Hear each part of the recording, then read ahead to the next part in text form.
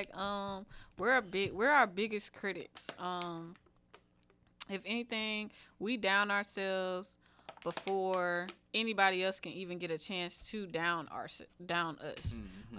And I can say that from like experience. You know, Me certain too. things going on in my life, things that I'm going through, or accomplishments that I have for myself.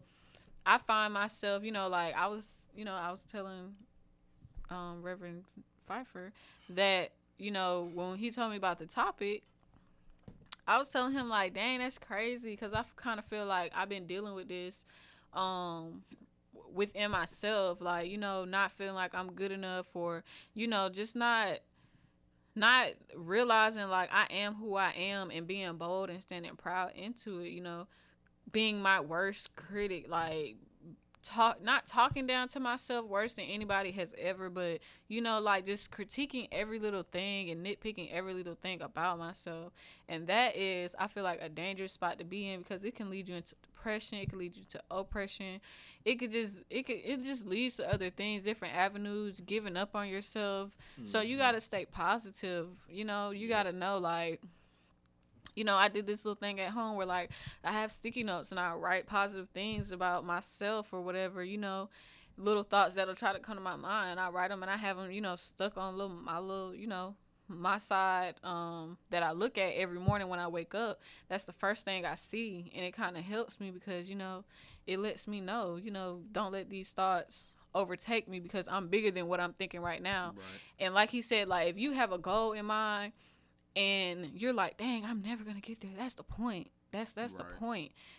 That that's all I can say. Like, that is the point. You shouldn't, if you have a goal, or if God puts something on your heart for you to do, unless it's like a right now thing, you're not gonna have it right then and there. You're not gonna be equipped for it. You know what I'm saying? Like, it's certain things that God has, like, told me, for me to do, and things for us to do together as a couple. And it's like, we're like, we we do not got that right now. We Do you hear ain't me? ready for that. Like, Do you hear me? even like mentally, like financially, spiritually, like, we ain't right there. But that's how it's God, because He's never gonna give you something that you're prepared for at the moment. Like, Yeah. never, because He wants to make a way.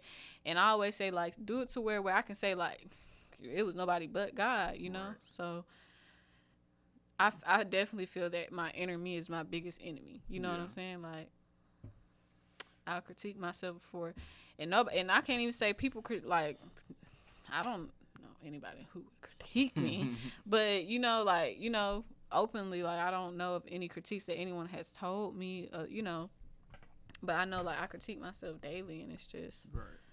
reminding myself, like, I am, God got me. He'll teach me what to do. He'll teach me, you know, what to say. Yeah. And like you said, the power is in your tongue. Definitely. Speaking to that, I'll give an example. Even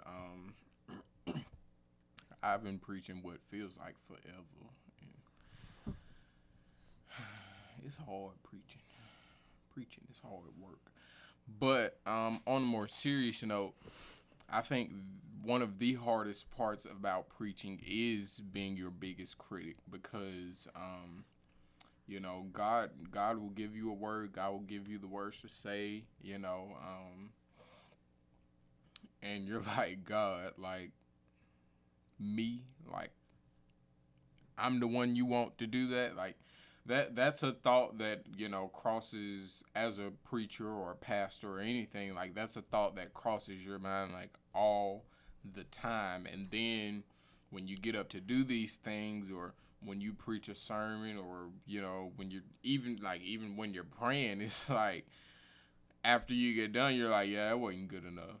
Right. Like, that wasn't good enough for God. Like, I didn't display everything that God had for me. Mm-hmm. Too much in your head. Yeah. Yeah, definitely.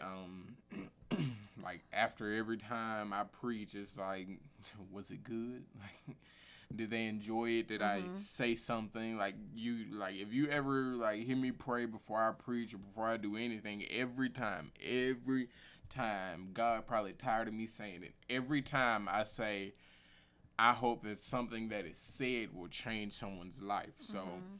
I feel like if I don't reach that goal, then did I accomplish anything at all, right?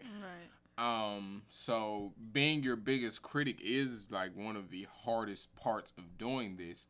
It's the hardest part. I feel like it's the hardest part of life because that's something you deal with daily. Right. Like, you know, I feel like it's something that you may be able to, something you may not have control over, but it's something you may be able to, like, you know, configure, like, you know, okay, I'm getting these thoughts. You gotta turn the voice down. Turn the voice down. But Don't I feel cut like, it off, but turn it down. I feel like you never overcome it though. Right. Like you never overcome being your worst critic. Right. And when I say don't turn it off, cut it down, don't turn it off because it keeps you humble. Right. It keeps you from being like, oh, I'm that, and can't nobody do this like I do this. It keeps you from being that, but you got to turn it down because if you don't turn it down, it starts playing tricks on you. Yeah. What do I mean